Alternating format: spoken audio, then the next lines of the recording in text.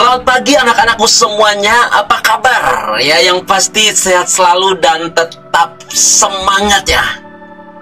Harus tetap semangat anak-anakku semuanya ya. Oke, kembali bersama saya dan kita akan melanjutkan pembelajaran kita.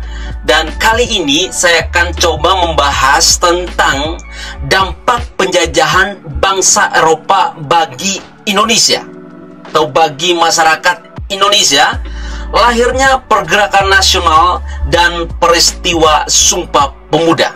Jadi di bagian ini kita akan coba membahas beberapa bagian materi ini ya. Oke, kita langsung saja masuk ke materi kita yang pertama. Jadi kita akan coba membahas tentang dampak kolonialisme, pergerakan nasional dan Sumpah Pemuda. Jadi yang pertama nanti kita akan coba bahas tentang apa dampak kolonialisme bagi masyarakat Indonesia di berbagai bidang. Kemudian yang kedua nanti kita akan coba bahas tentang pergerakan nasional dan Sumpah Pemuda. Kita akan mulai dari dampak kolonialisme. Yang pertama di bidang politik, apa dampak daripada kolonialisme di bidang politik pada masa kekuasaan VOC? Jadi kita bisa melihat di sini ada campur tangan dalam urusan politik kerajaan. Yang kedua, penguasa pribumi menjadi bawahan VOC. Lalu politik adu domba yang sering kita kenal dengan divide et impera yang dijalankan oleh VOC ini menyebabkan perpecahan di kalangan keluarga kerajaan. Lalu dampak selanjutnya dalam bidang politik pada masa pemerintahan Daendels adalah penguasa pribumi diangkat sebagai pegawai negeri. Kemudian kedudukan penguasa pribumi semakin merosot. Lalu Pulau Jawa dibagi menjadi 8 keresidenan. Lalu ada dualisme kepemimpinan, yaitu pemerintahan Eropa dan pemerintahan pribumi. Selanjutnya dampak kolonialisme di bidang politik pada masa pemerintahan Raffles. Pembagian Pulau Jawa menjadi 16 keresidenan. Kemudian pembaruan dalam bidang ketatanegaraan. Lalu penghapusan ikatan feodal dalam masyarakat Jawa dan kepastian hukum bagi masyarakat.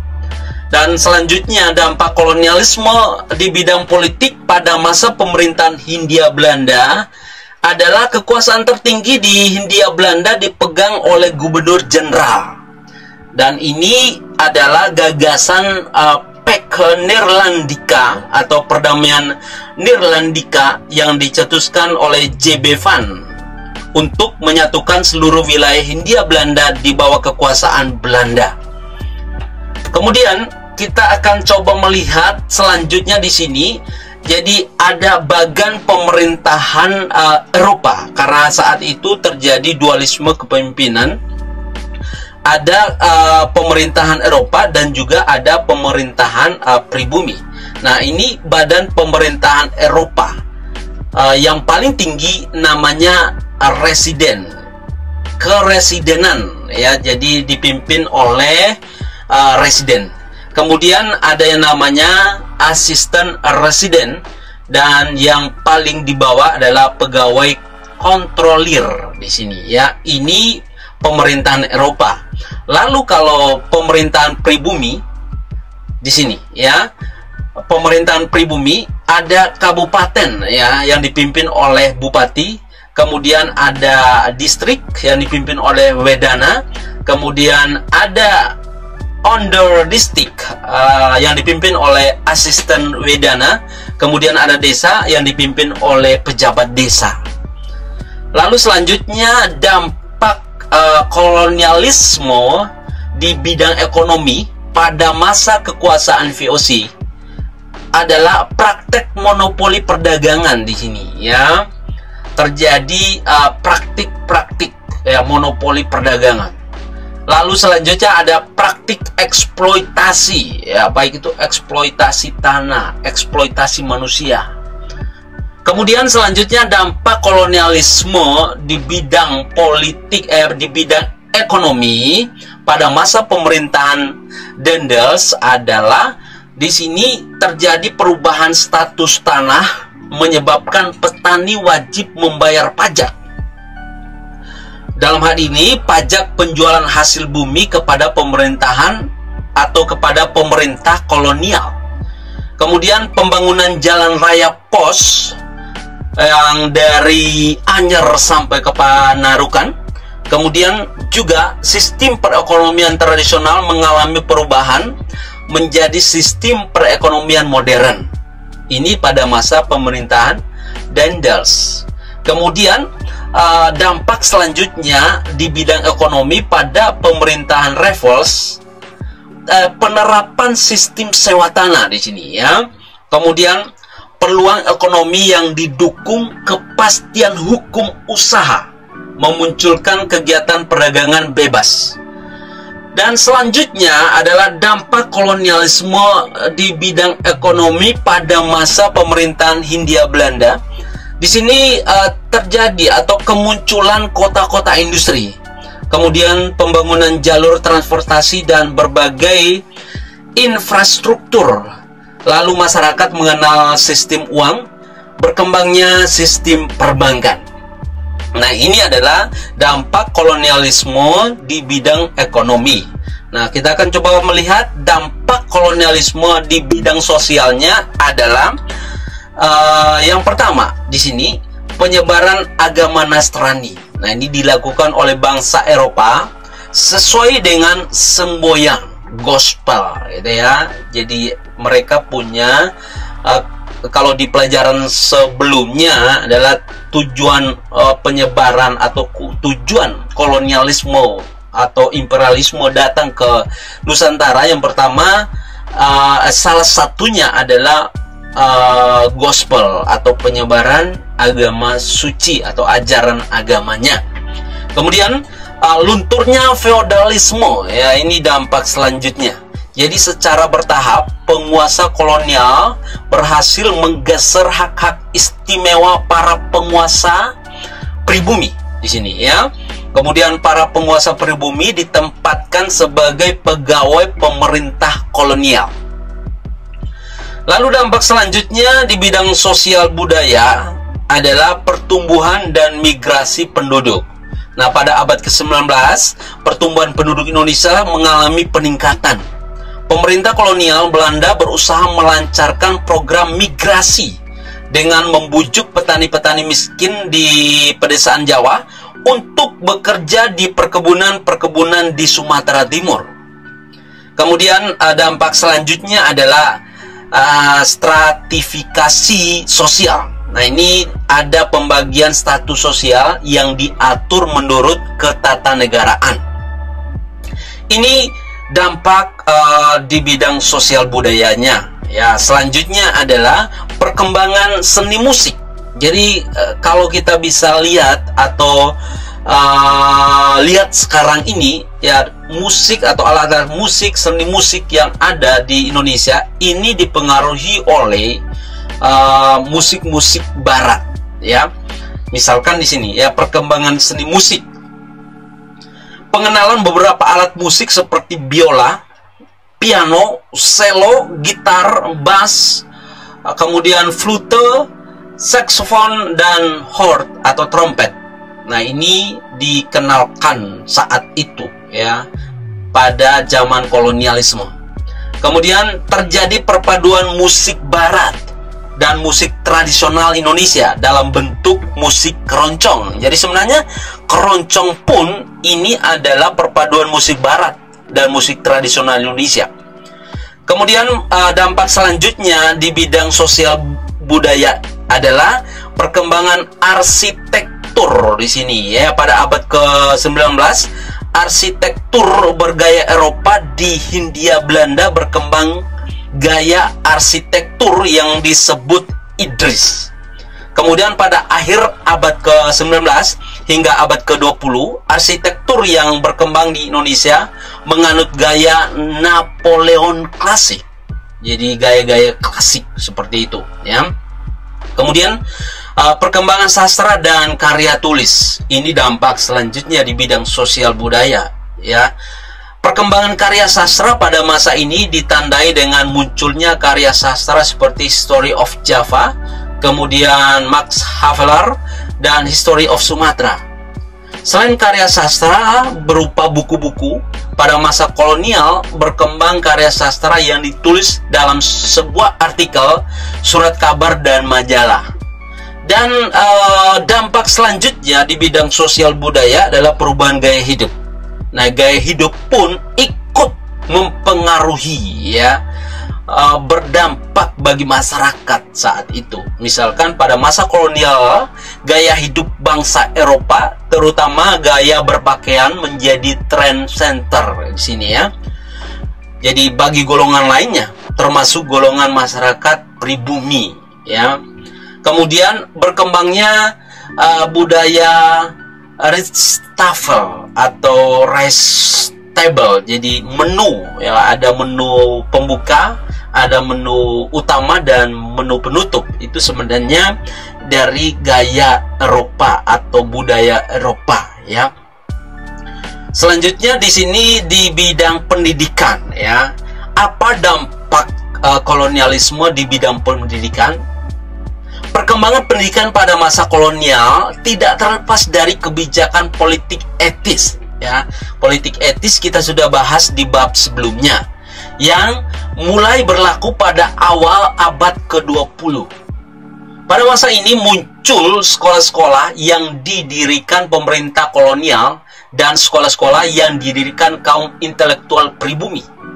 Misalkan sekolah-sekolah kolonial, ya, kita bisa perhatikan di sini ada Eerste, ya, School, kemudian ada Tweede School, ada Holland Institute School atau HIS. Ini selevel SD, ya, gitu ya. Kemudian ada MULO. Nah, ini selevel SMP, sekolah menengah pertama. Kemudian ada AMS, ini selevel sekolah menengah atas. Kemudian ada juga saat itu sekolah-sekolah tinggi teknik seperti itu, ya. Ini sekolah kolonial yang muncul saat itu. Dan SMK-SMK yang ada sekarang ini pun merupakan dampak kolonialisme di bidang pendidikan. Kemudian di sekolah pribumi, ya, yang sangat terkenal saat itu, misalkan ada Taman Siswa, kemudian ada Muhammadiyah, ada pondok-pondok pesantren, dan itu pun sampai sekarang masih ada, ya, semakin berkembang. Kemudian yang kedua, kita akan coba bahas tentang pergerakan nasional dan Sumpah Pemuda. Ya, pergerakan nasional dan Sumpah Pemuda.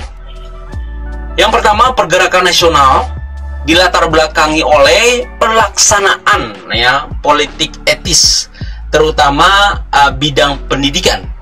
Kemudian munculnya golongan elit terpelajar dan perkembangan media massa. Ini yang melatar belakangi pergerakan nasional. Organisasi pergerakan nasional yang berkembang saat itu adalah organisasi awal. Di sini coba kita perhatikan, di sini ada yang namanya Budi Utomo, kemudian ada Serikat Islam, dan juga Indis Party, gitu ya. Kemudian organisasi pendidikan lainnya, misalkan ini Taman Siswa atau Kayu Siswa, gitu ya. Kemudian ada organisasi keagamaan seperti Muhammadiyah, Nahdlatul Ulama, kemudian Perkumpulan Politik Katolik Jawi yang tumbuh saat itu. Kemudian ada organisasi perempuan seperti Putri Mardika, Kartini Fons, Aisyah, dan Keutamaan Istri. Nah, ini organisasi perempuan yang muncul saat itu. Kemudian organisasi pemuda ada Trikoro Darmo, kemudian Jong Java, Jong Sumatra Bon.